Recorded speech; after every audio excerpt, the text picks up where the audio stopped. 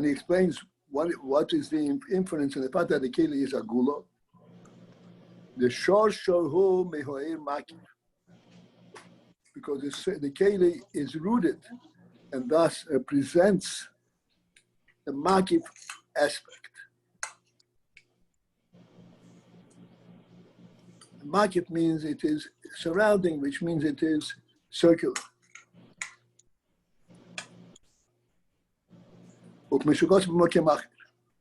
This is discussed elsewhere. This is not the place where this is going to be discussed in detail. So this is just an allusion to a principle. That the keli is rooted. Kelim are representative of Oyer Makif.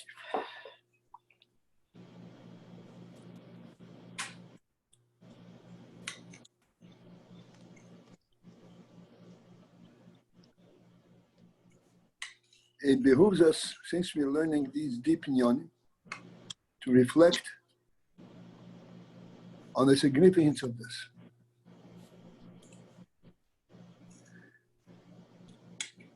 Keli is the most precise aspect of the seichel. Keli has to be precisely identified with the seichel. As for example, words have to fit the seichel perfectly.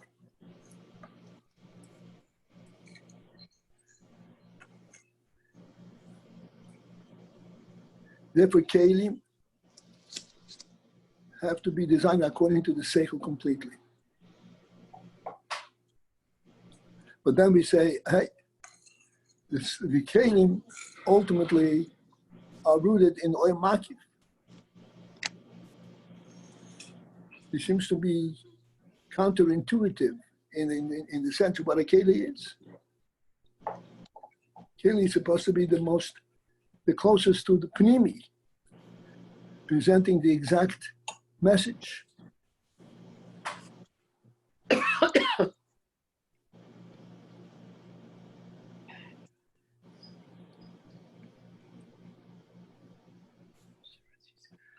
Since this is a focus in this mimer, so I'd like to elaborate on this so that we would appreciate the implication of this.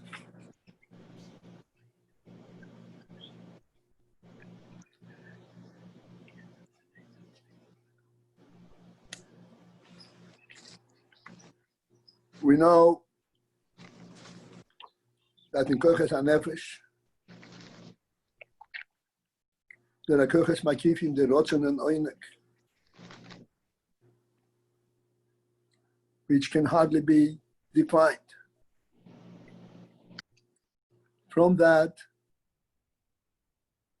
emanates and reveals Seichel.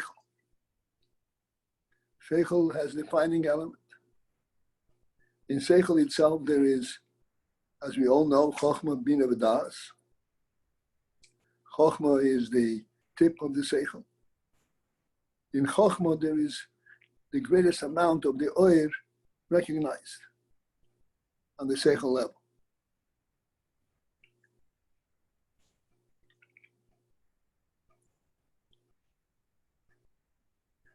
All the koichas of Seichel, starting from Chochmah on down, or it should go the other way.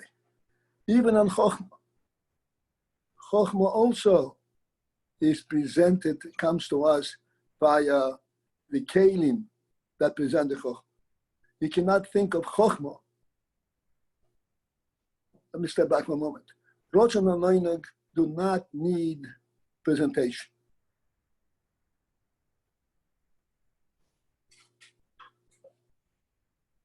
Chochmah needs a presentation. Chochmah needs a defining element. What are you perceiving? What are you conceptualizing? Therefore, Chochmah already relates to what we call kelim, oisies, a means of presentation.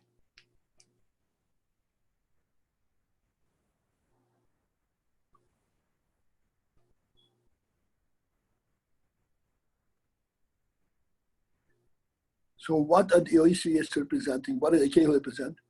The Kelim are the stage of the Seichel or the Nefesh that is the most precisely defined,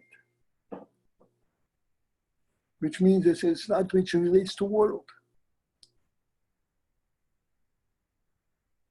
And then we turn around and say, hey, we see in Kelim an element that is not worldly at all. It is circular. What does circular mean? Circular means that you do not have a clear process, a sequence in the development of the Keli. There's no beginning and no middle and no end.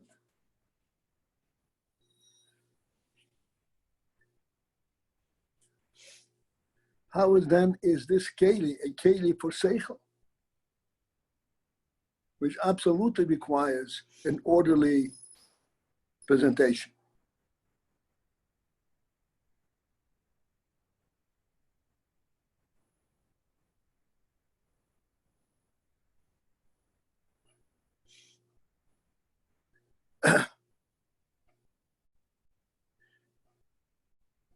So the Rebbe is pointing out, as I said, it behooves us to reflect on it, to understand.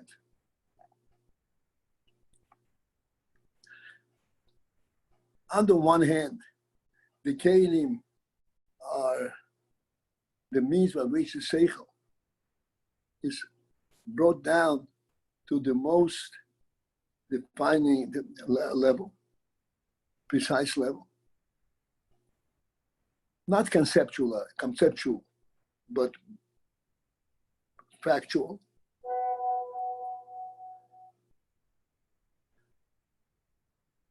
On the other hand, we say the Kelim have a circular aspect to them. The say Kelim actually alluding and referring and presenting a makif quality, a circular quality.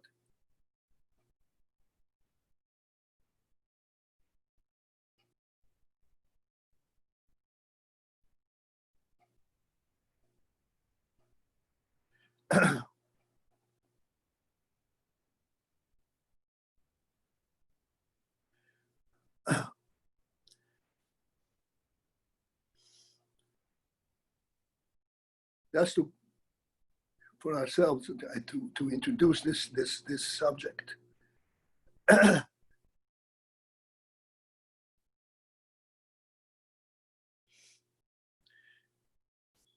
we reflect in the function of words, which is the kelim for the seichel,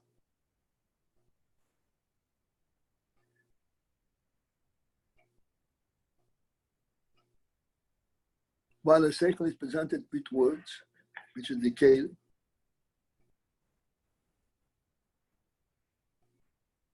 at the same time, when you are speaking seichel and even listening to seichel, your focus is on the concept rather than on the words. The seichel, if you know the seichel from the structure of the words, you don't know the seichel.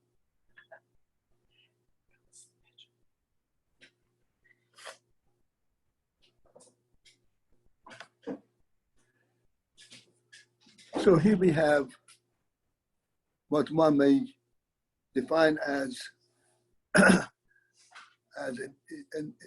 self-contradictory reality.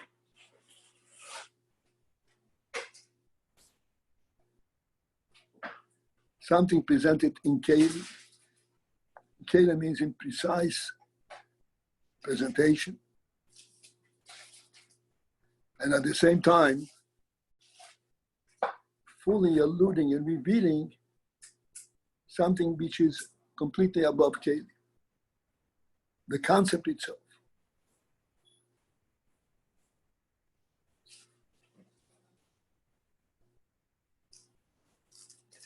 The question is, before we go on, the Rebbe points out this Indian. The shoyresh of the kelim is me'er makif. What does it mean? The shoyresh of the kelim is from me'er makif.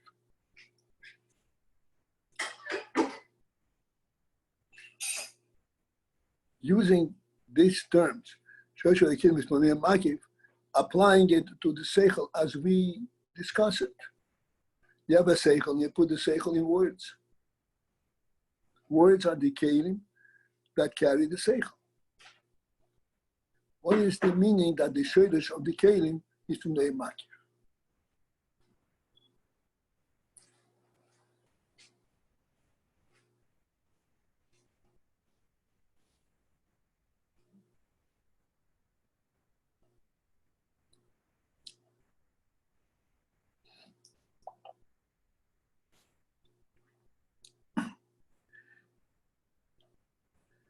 The inference in this is, as we all have been privy to and experienced, you can take a seichel and present it in words, which is the kelim for the seichel, precise presentation. After all that is done, and you have a precise presentation of the seichel in words, what you're focused on is not the words that represent the seichel at all. As a matter of fact, the words can never fully contain the concept that you're trying to bring out. The words can only allude, merames, to this concept. This is why there is the common statement. You can only explain a seichel to a bar seichel, to somebody who can think for himself. If he cannot think to himself, he can only think of the words that you're telling him, that you can't present him a seichel. Even though you present him a seichel through words, but the words are only elusive to the seichel. They don't present the seichel. The reason for that is that the essence of the seichel is really a noy makif. Essence of the seichel does not lend itself to be identified in words. You can present it, but not identify. Presentation means that someone who's got a mayach, a brain, he got seichel, he can derive from these words and find it in his own mind what these words, the seichel that these words may be alluding to.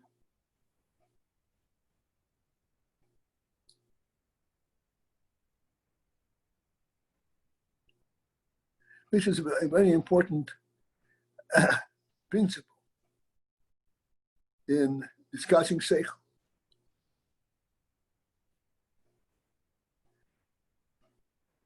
Sometimes you discuss a seichel, but your partner in the discussion does not relate to the seichel. He is focused on the words, and you're frustrated.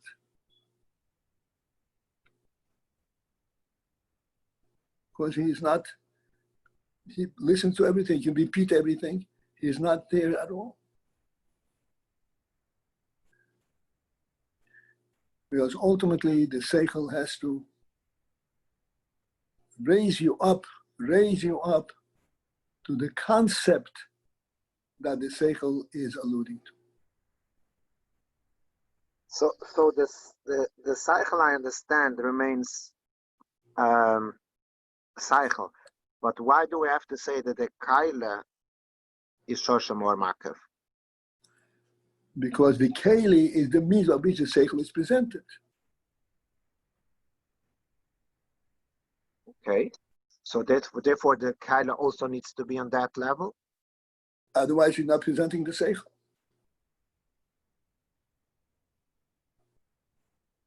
But we are saying that the cycle, that the kaila is just alluding to the cycle. It's not the kaila itself. It contains a seichel. It presents a seichel. It is not the seichel, it presents a seichel.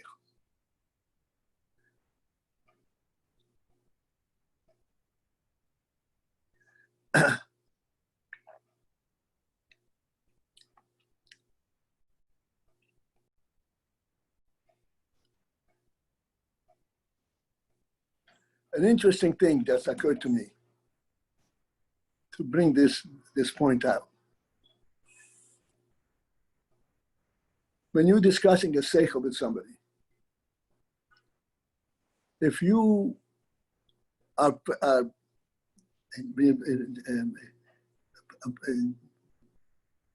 discussing it with him face to face, you're not talking from a distance, face to face. You see each other, you see each other's eyes, and you look into each other's eyes and you discuss the seichel.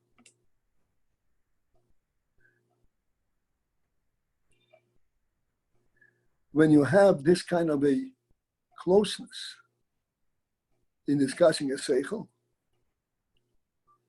the seichel seems to be flowing much more smoothly, and the communication is on a much more refined level. The reason for that is that even though you're speaking with words, but when you are actually facing each other, you recognize that the words are only besides the point. It's only a means to the seichel that you're trying to communicate. The seichel itself is something that goes between the two of you through your eyes. I see. This is the expression that we always say, oh, I see. In seichel, you always say, I see. What do you mean, I see? You hear, not you see. Because in fact, the way the seichel, if you understand the seichel, it is because you bring out your ikoy hachochma. You see the seichel.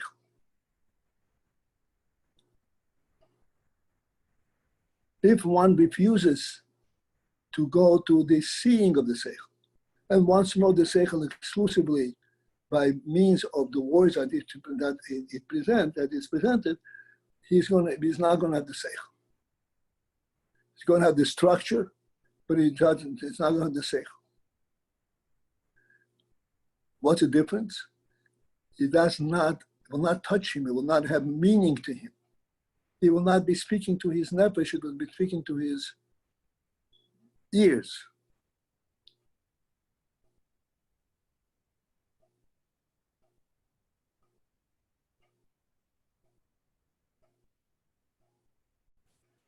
All right. And this is what the Rebbe says, an interesting thing. Shoresh HaKelim is from the makif. Kelim, which means the means by which you can present a seichel. Words. These words are actually rooted not in the content of the seichel, but for the concept of the seichel. They're makif, from which the seichel emanates and that you're trying to express through the seichel.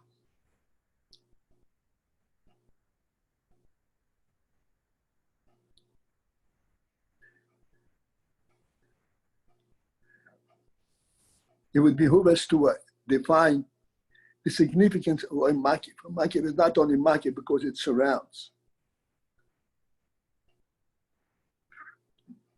If it's surrounding, it's also oyer makif.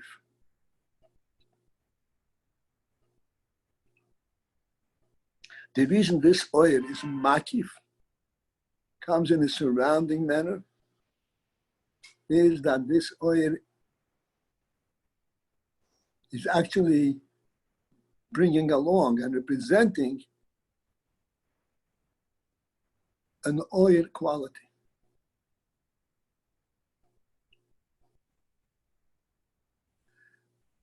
Not a worldly quality, but really a living divine quality.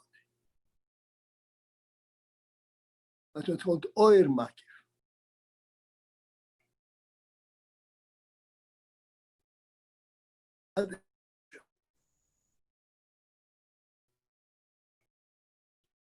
But a light, and we already know that the light emanates from a luminary. A light emanates from something that is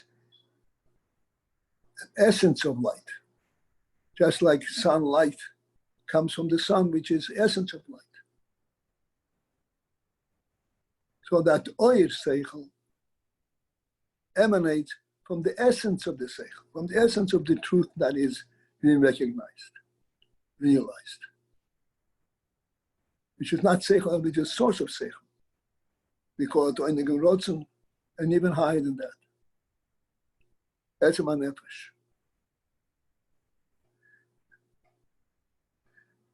Oil makif is the oil that emanates from that essence of truth.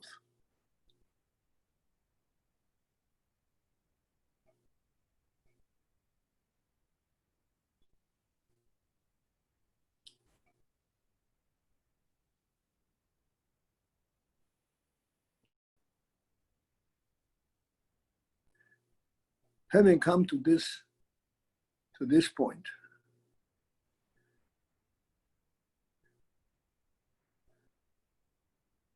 it would be worthwhile to reflect on the miraculous phenomenon of this union.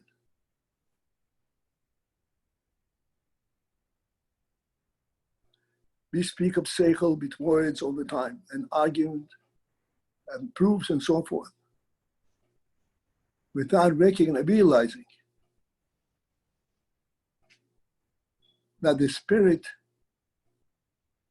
that we are realizing at that moment and the insight that we are experiencing at that moment is an insight which actually emanates from the nefesh itself. Not even from the koichas nefesh, but from the nefesh itself, from life itself.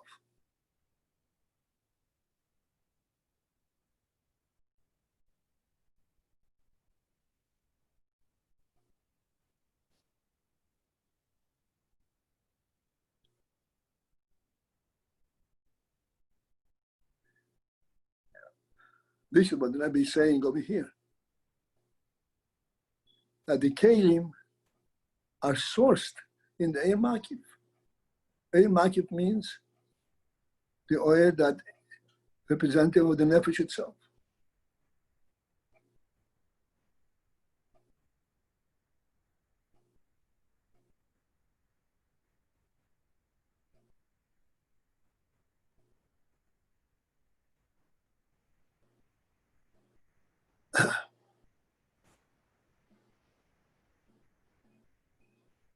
Just one more point regarding this phenomenon.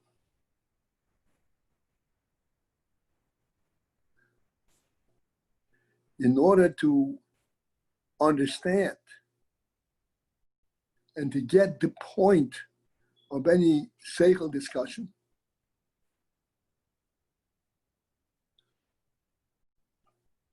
one must be focused on getting the point. In other words, listening to the words as it's presented and having an exact structure of the seichel will not give him the seichel. He has to be focused on the point of the seichel. What is the point of the seichel? What does it mean, focus on the point? These are very interesting in focus on the point means this. Usually you're discussing the seichel with somebody. even if it's a chaber, even if it's an equal with you. And he is presenting his point, his argument.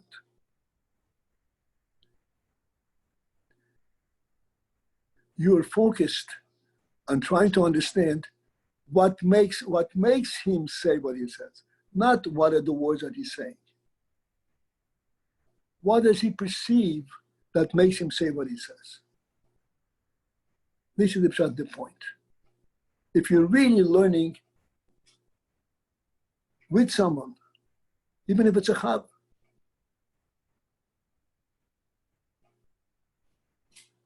you owe to this whole discussion to try to understand where he is coming from.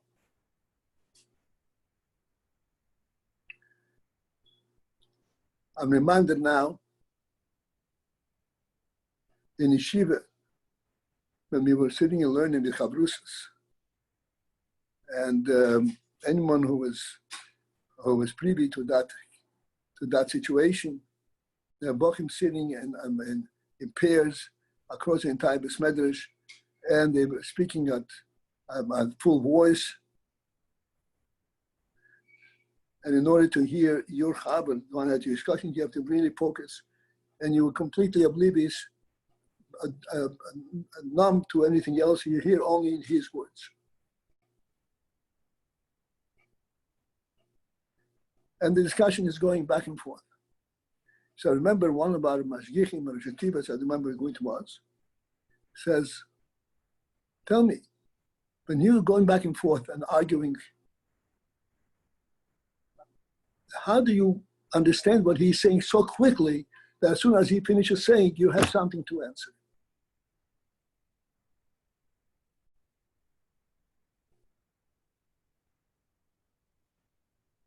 Don't you have to reflect what he said before you counter it? This was basically a kind of a rhetorical question that I don't remember who was a Mashkiach or Rashab, but that's the question. But he didn't stop us. He just made the point. What is the really illusion of this point? The illusion of this point is that when you are learning and you're trying to understand what the person is saying, you're not understanding it from his words. You see beyond the words. You're connecting to his thought process. And that is really the only way to learn. In other words, if even if a chaber, certainly if a rabbi is explaining something, your approach is to know why is he saying what he's saying, not the words that he's saying, but what's behind it. Because you know for sure that there is a reason for what he's saying, and you want to connect to that reason, to the concept that makes him say what he says.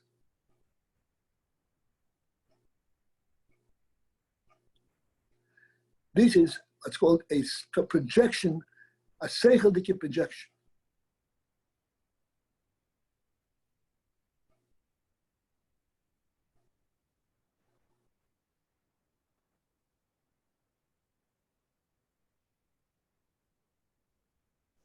This is really how seichel is recognized through words.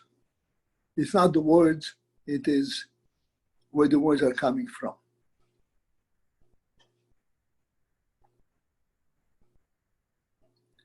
And this is what the Rebbe is saying, that the kelim, in our discussion, this is like the words, shor shomeir makif. They're rooted not in the seichel as it is structured, but from the concept where this is coming from. The truth where it's coming from. That's where these words are coming from.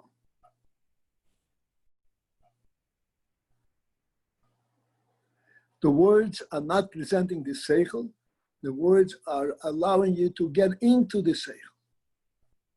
It's like a doorway. Doorway is not the room you're looking for, but the doorway is a means to get into the room. The words are like a doorway to the seichel.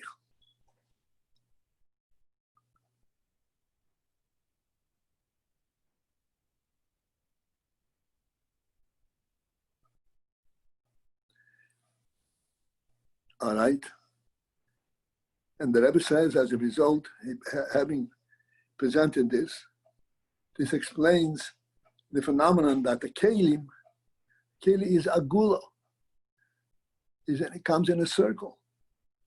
As we said before, it should be a structure like words. No, but the kelim are agula. Because the words and all that actually are representing something which is much higher than words.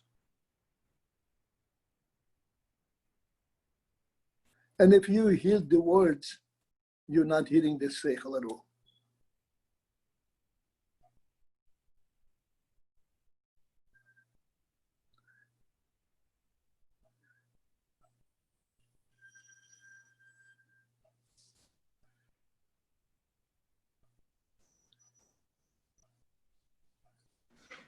Can I ask something?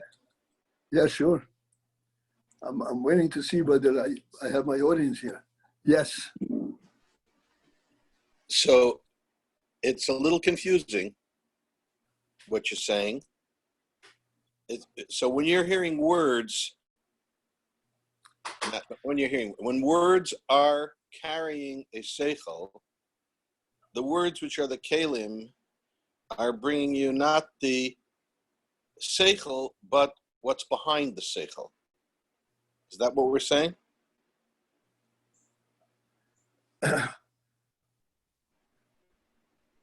That is, well, I have to paraphrase this. Seichel cannot be brought in words, period. Mm. But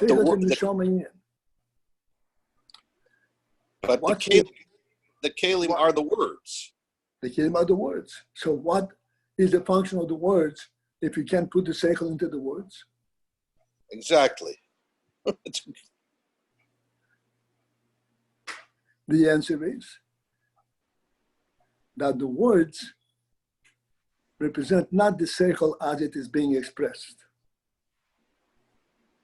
but the concept behind the seichel. And the listener to the words must be focused on where the words are coming from, rather than what is the structure of the words. This is the doorway. Let me give you a very simple illustration. But just to ask you from your mashal before, that's the doorway. That's the right? doorway. The words are the doorway. And that's the makif. And that opens up to the makif. Not the makif. The doorway is a makif, but it opens up to see the inside of the makif. Okay.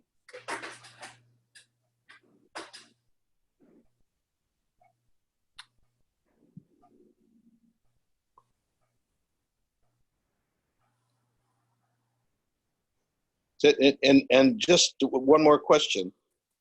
When we use the term makif, it automatically implies there's a panimi someplace there, right? You don't have a makif unless there's a panimi that the makif is surrounding. Well, okay. What's the panimi? That's my question.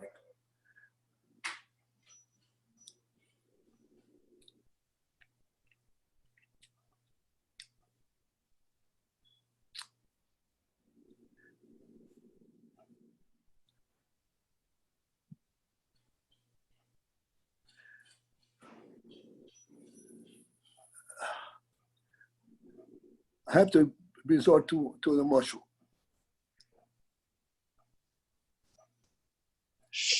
If you are asking for directions, where is this place?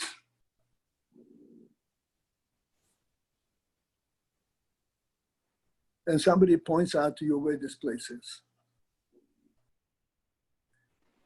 And the means by which we can get to this place is by following a certain street and then making a turn and another street and so forth.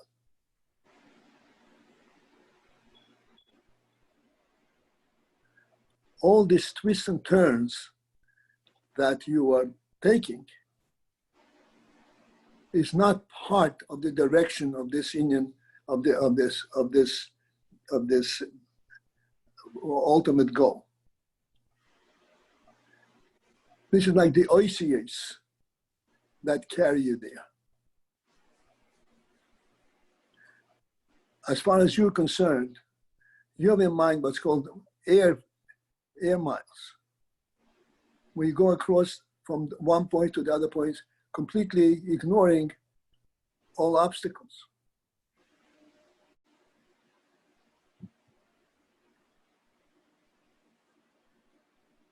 The oases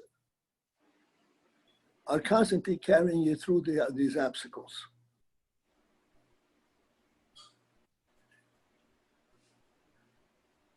But the oil that follows through with it doesn't have any obstacles. It goes point to point exactly where you want to go. This is the principle of seichel. Seichel is something which originates in the truth of the nefesh. And when you're explaining a seichel to somebody, you want to touch his cognizance of this seichel. The only way to do that is presented via all the twists and turns in the logic. But you don't mean the logic at all. It is only a means for him to find it in his own mind.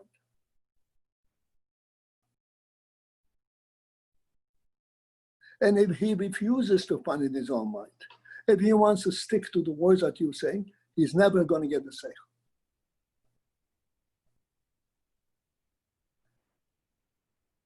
As we said many, many times, and everybody wants everyone else experiences this.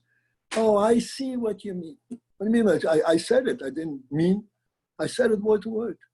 No, I see what you mean. Because that is exactly what you're listening to.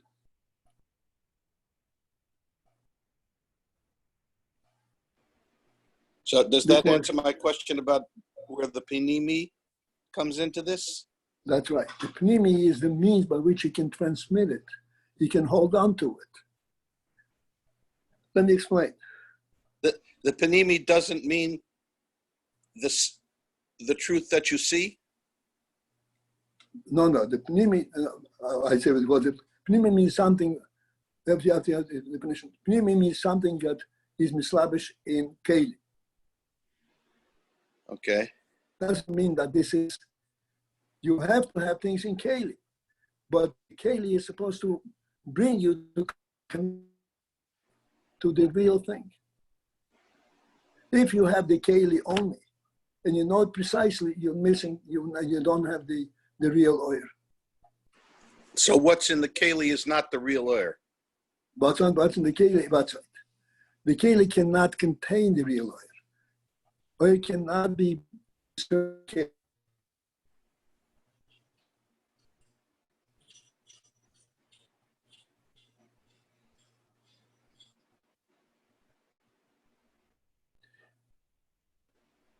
Completely lost that last sentence. It completely cut off. What was that? I'm sorry? The last sentence was completely cut off. What was that? We lost you for a second. Oh, I don't know exactly what the sentence is. The keli is only a means to present the oil. When we speak oisius, words, we don't mean the words, we mean the oil that the words are carrying. I don't know if this was the exact words of that sentence, but this is what we were talking about.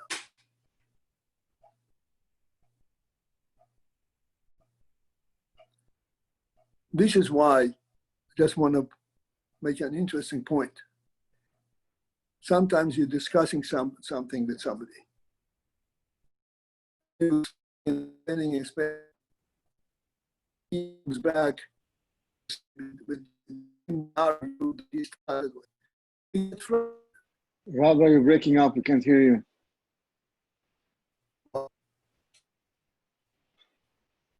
Can you hear me? Yeah, check. This used to happen before. This used to happen previously, and I think it had to do with the amount of power on your phone or the connection. But I recall that we fixed it by having the phone plugged in. No, it used to be about. Because I'll tell you why I think it's connection. Because I came to Rabbi's house a few days ago, and after this happened, and the battery was fully charged. So I think it's the connection. You hear me? Right now, yeah. I mean, I don't know why it happens towards the end of this year, but let's just keep trying. All right, fine. So if I need to repeat something, you can ask me to repeat. There's no problem. We said the kalim contains within it the but we're talking about pnimi, and this leads to makif. Yes. Without the pnimi, you can't reach the makif either. You need the kalim and the pnimi. You cannot transmit. You can have the makif on your own, but to transmit it, you have to go through words, which is pnimi. And the recipient cannot reach your makif without you giving him the pnimi also, basically. Right, but he has to be focused. This is the important thing. Mm-hmm. He has to be focused on finding what do you mean by these words, which is looking where these words come from, which is makif.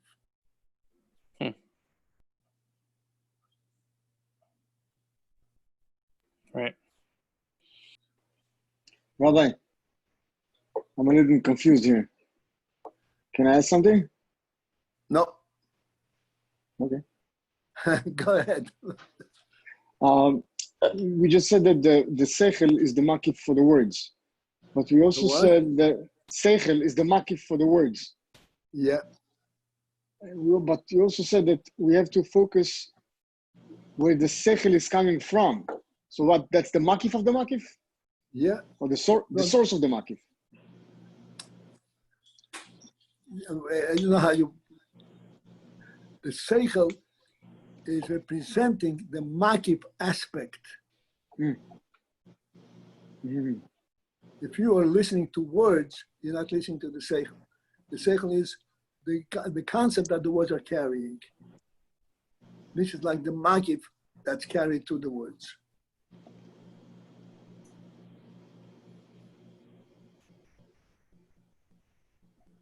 Okay. All right, good. Thank you.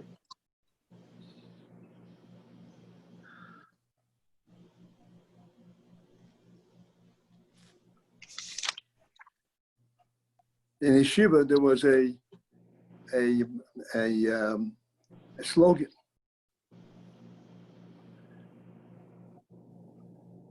Don't try to catch me by my word. Sometimes a smart aleck, a bocher, would ask a kasha from the Rosh Hashiva and said, but you said such and such. In other words, if he would follow narrowly the words that were said, he would have a kasha. So the Shiva says, you're trying to catch me by a word? I remember this exactly. It's not the words, you understand, you know what we're discussing. And if you're going to focus on trying to catch the words, you're missing the whole thing, and it's inappropriate. It means that you're not trying to really learn, you're trying to catch a cup.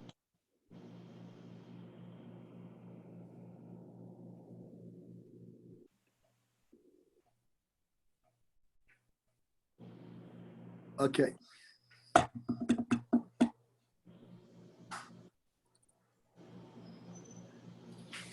So I hope that we allow the concept that the Shoyesh HaKelim is from where Makif, because the Kelim is Agula. the concept of the kelim are representing, even though it's a keli and it presents a precise message. But the meaning of this message is not the message that the keli can contain, but the message where this message is coming from. The keli is an illusion. It connects you to the real thing. Shoshom e makif. It is rooted in the e makif, not in the oil that it carries, but the oil where this is coming from.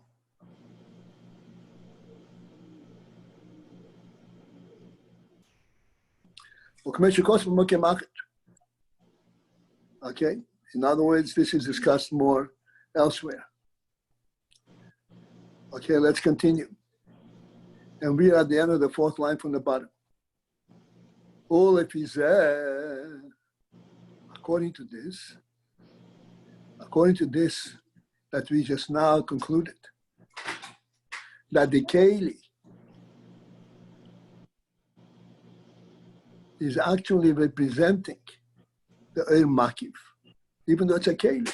The whole meaning of the keli is to contain it, the oil internalized, a pnimi. But the keli itself is rooted in the inner makif. And the reason you're able to put the oil pnimi in kelim is because the oil pnimi is rooted in the oil makif. As we pointed out, that when you make a point in the same words, you don't mean the words, you mean the concept behind it.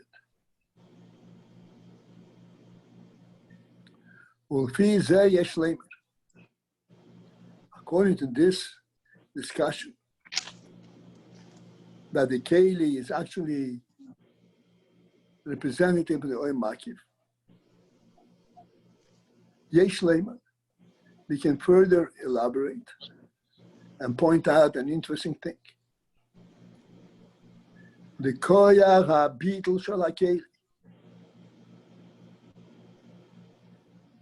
that the koyach, the ability of the beetle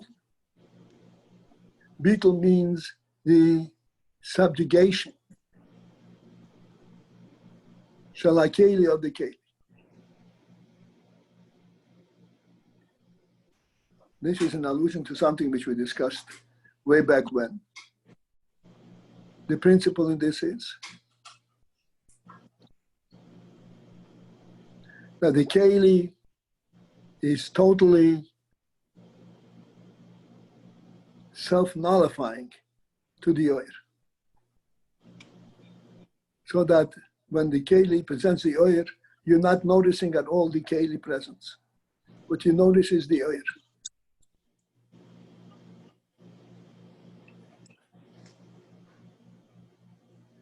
This inyan that the keli can self-nullify and focus exclusively on the oil that it can carry. This is a special quality in the keli.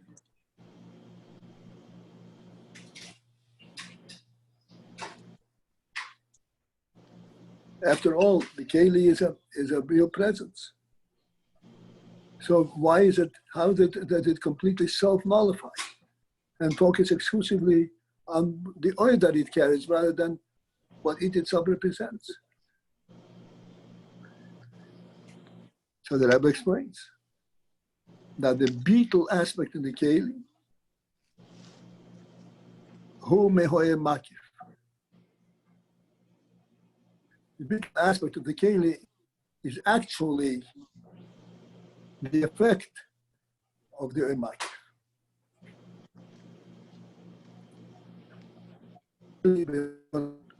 Get away without a proper motion for this.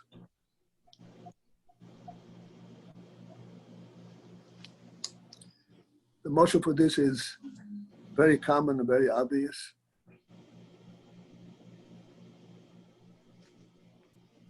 But we ought to think into it and realize the phenomenon of this.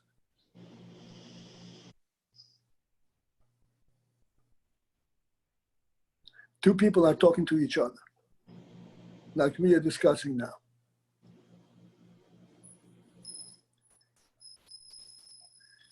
We are discussing, and every point is made by words.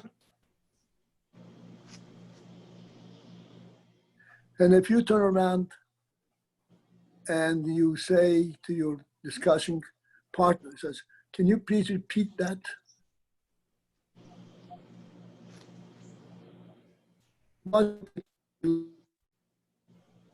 You reckon that he should repeat the words or repeat the concept that he is presenting?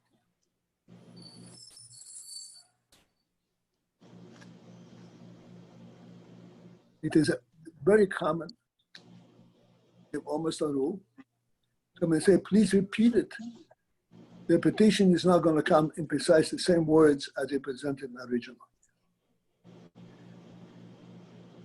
Because the repetition is focused on the concept. If you say, "Please repeat it," the reason that you need to repeat it is not because the words are so difficult, but because the concept has not been presented clearly enough.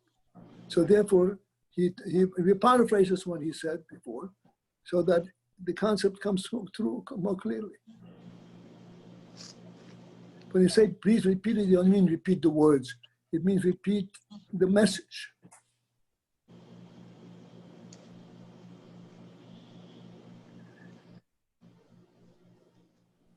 But what happened to the words? The answer is the words are completely self-nullifying. The words are completely camouflaged. And they are what's called obliterated by being usurped by the seichel, the concept that is being presented. And you say repeat it, you don't even know the words to repeat it. You know the concept, but you don't know the words.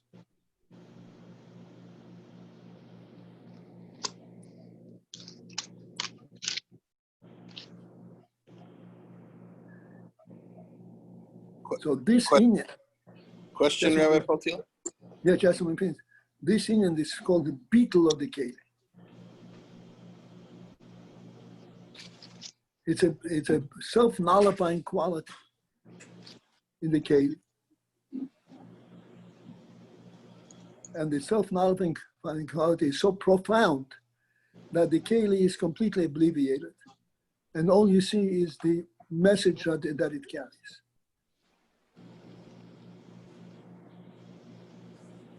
There's more to speak about it. Okay, go ahead, Baruch. So in our shir, you are very often very medayik with the exact word that is being used. And you go to great lengths to stress the, each single word. Amnam, Bechina, whatever. We could spend a whole shir practically on a single word. So it seems that the word is in fact, doesn't go away. It's very insistent on being right there in front of us. Very good, Baruch, very good. Excellent. Refize yesh loma. And the reason that I'm supposed to be focused on the words is that this is what's called, this is AYIN base. AYIN base is a valiant attempt by our Rebbe to present concepts that are completely beyond conceptualization. It's an amazing thing. I mean, what has been accomplished, I said, I always wonder, how can a human being have created such a thing?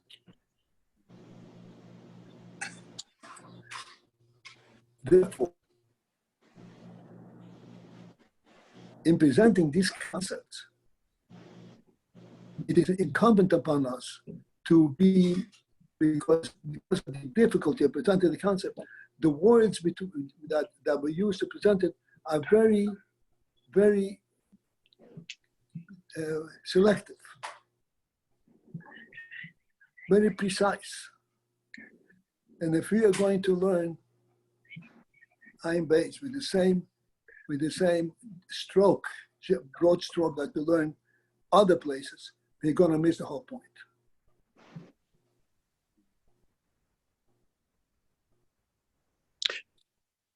But these words of the Rebbe are still kalim. That's right. This is, as I said, a superhuman attempt, not accomplishment, to present in words something that is, and not lose the concept. This is why we have to dig into the words. When we dig into the words, what is the digging into the words? What do we do by digging into the words? We are then showing how the word is not the important thing, but the measure that it carries. We're nullifying, by digging in, we're nullifying the word. What does it mean? How does it fit in here? This is the point of digging into the word. Okay. Thank you for that response.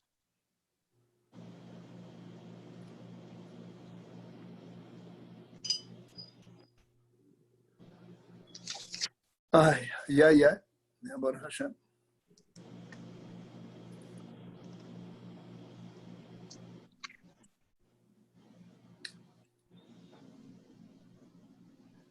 All right, so let us get back in. 4 lines from the bottom at the end of that line.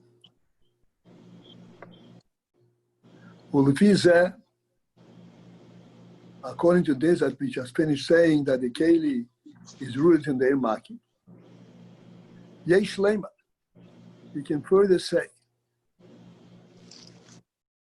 the Koyach HaBitul Shel HaKeli, that the Bitul quality, ability in the Koyach, in the Keli, Hu Mehoyer Makif, the Bitul quality, that which enables this profound Bitul in the Keli, is actually Mehoyer Makif. It is from the Makif. What is it saying? Keli carries that is can be contained in the Keli. However, as we say, it is contained in the Keli, but the Keli is completely obliterated, and what you get is the pure oil. That means that the Keli can completely self-nullify.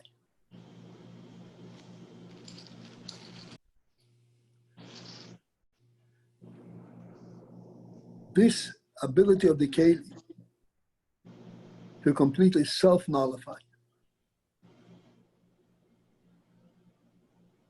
How can a mitzias, a tangible mitzias, become a non-entity?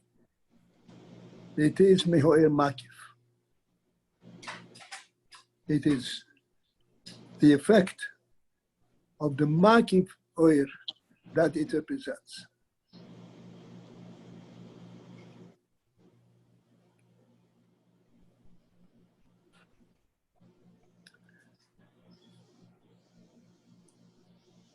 Do you want to daven before you go for the test, or you'll daven when you come out?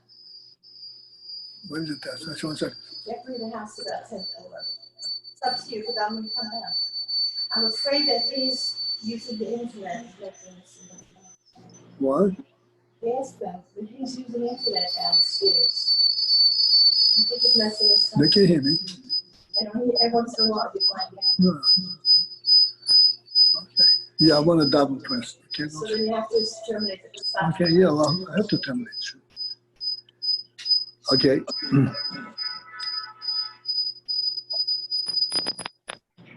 The beauty of the keli is imhoir maki.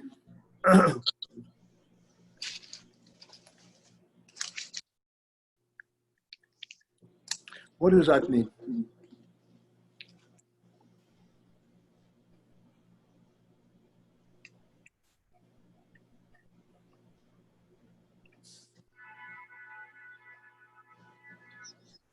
Here we're talking about a keli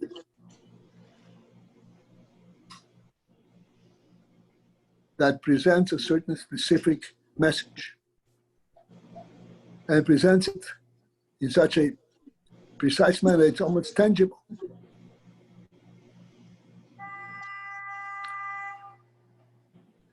And at the same time, we say that there is such a profound beetle in this presentation that it's elusive to the Makiv.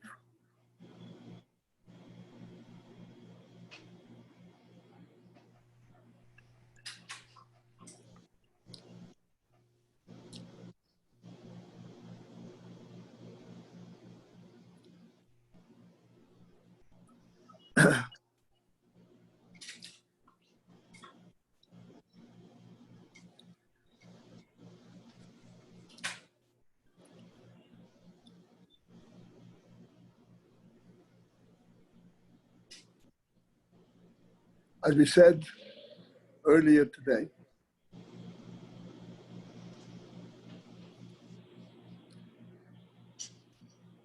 two people are discussing, are in a deep discussion.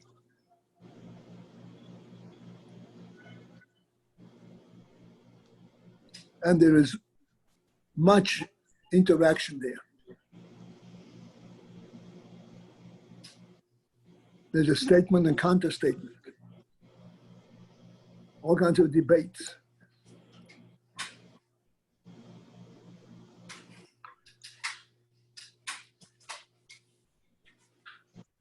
Now, here's a very important principle.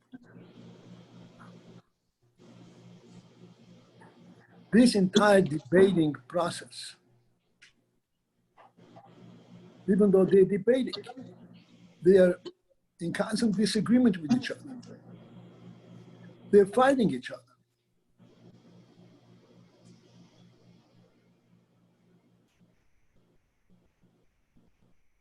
If you look more closely in this inner fighting between themselves,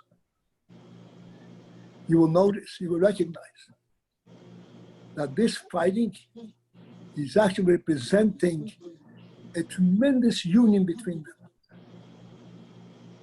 A unity beyond normal unity. They're completely thinking together.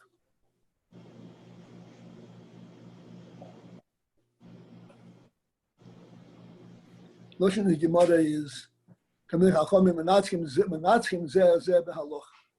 Tamei Chachamim are overpowering one another in halacha. This is not an argument. This is the greatest kind of unity that is possible. Because this unity is the effect of the makiv that embraces them both. They're not debating from two different sides of the river.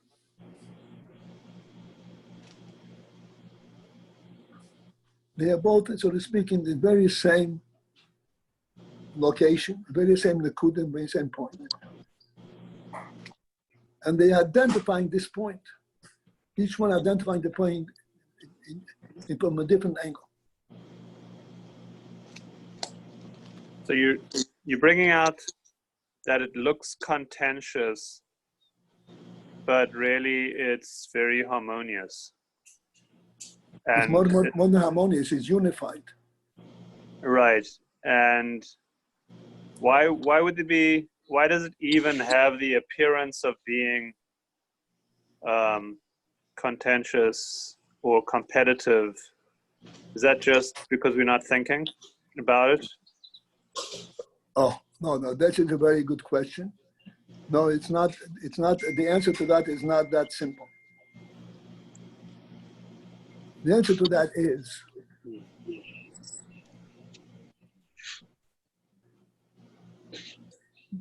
there is a very strong desire to get this halacha to the clearest moment possible, as clearly, reveal it as clearly as possible. In order to reveal something to full clarity, you have to contradict it first. Why can't it be this way? Why can't it be opposite? Saying the opposite is what reveals the reason you say it the way you say it. Okay, so that's a process of birur, and it has to do with the way that this is a world of Helem v'Hester. Masha Enken comes Chassidus, straightforward, immediately harmonious. Correct?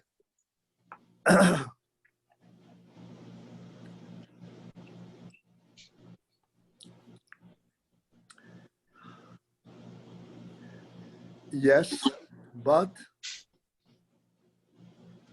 this but is important. Very important, as a matter of fact. There's a reason why Hasidus can only be learned from a Rebbe. Why can't Shlomo Innocent give a Hasidic explanation? He's a Baal Seichel. He knows what Chassidus is. He knows what Yiddishkeit is. Hasidus is limited to a source, to a single source. The source is the Rebbe.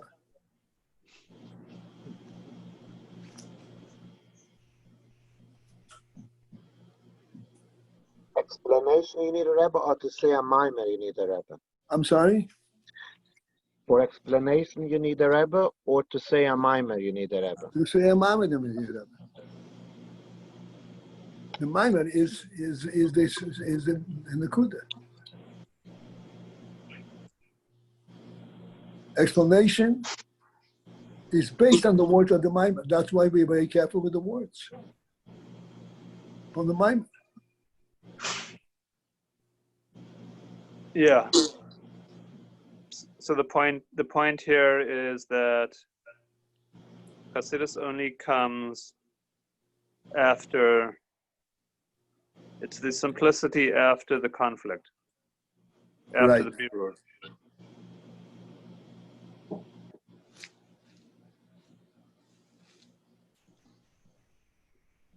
It has a very precise demand, and so that you have to be focused to the precise wording of the mimer, because this is the only way that you will have the correct message in Hasidus. You can hardly paraphrase it. These are the words as they come from the inside, from the source, from Rebbe.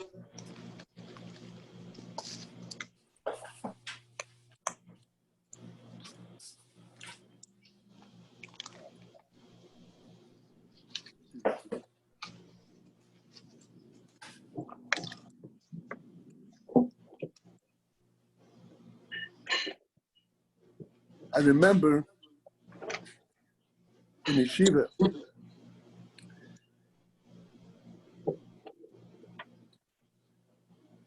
there was, just very briefly, there was a system where Bochrim was supposed to make a pilpul in Hasidus. You must make up, you should sit in groups and make a pilpul in Hasidus.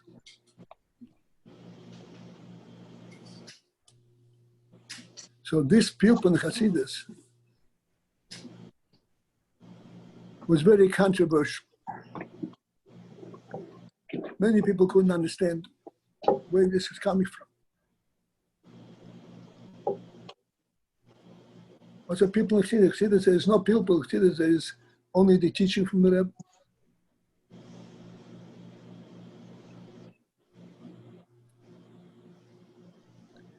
And the Rebbe insisted on it. And he said, you will get the clarity of the teaching of the Rebbe by the pupil at Talmidim. As a result of it's called Talmidim discussion among themselves. Ultimately, they all know all the time that what they're focused on is to know what did the Rebbe mean with these words.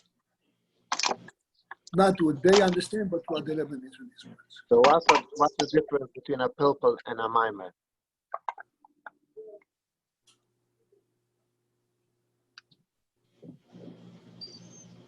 A pilpul,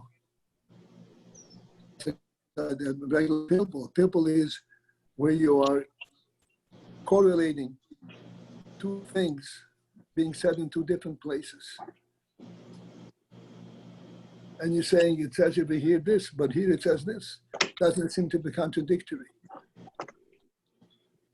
Basically, that's what a pilpul is. A mimer is a straight flow of the Rebbe's explanation.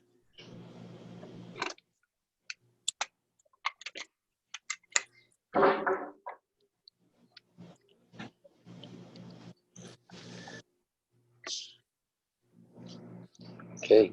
There is an interesting Indian that occurred to me. We have an Aleph base. Aleph base, Gimel Dalet. Aleph base from Aleph to Tov.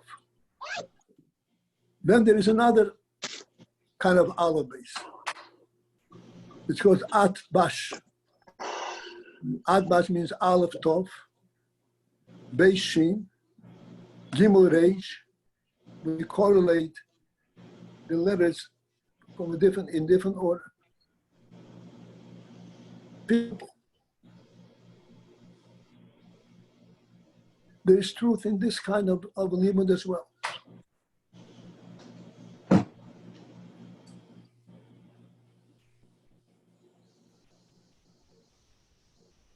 Even though the Torah itself is Aleph base.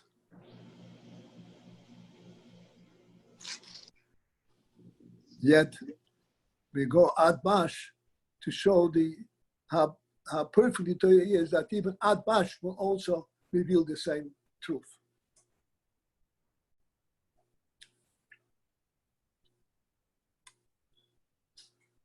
All right.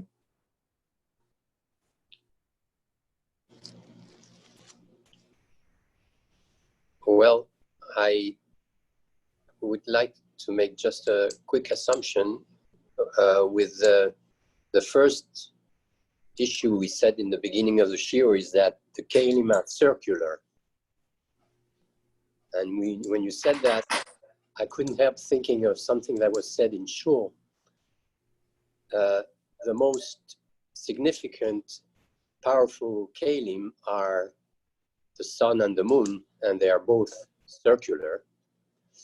And it was said that today, the 15th of Av, the light of the moon is stronger than any full moon day during the year. Okay. In other words, the light of the moon on 15th of Av is the strongest 15th light on the 15th of the month during the year. That was in Ayom Yom, something like that. Right. Okay, good point. So now, good opportunity to learn Ayin Beis.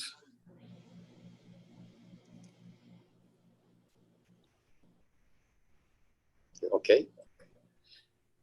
All right, so I guess this is going to be it for today.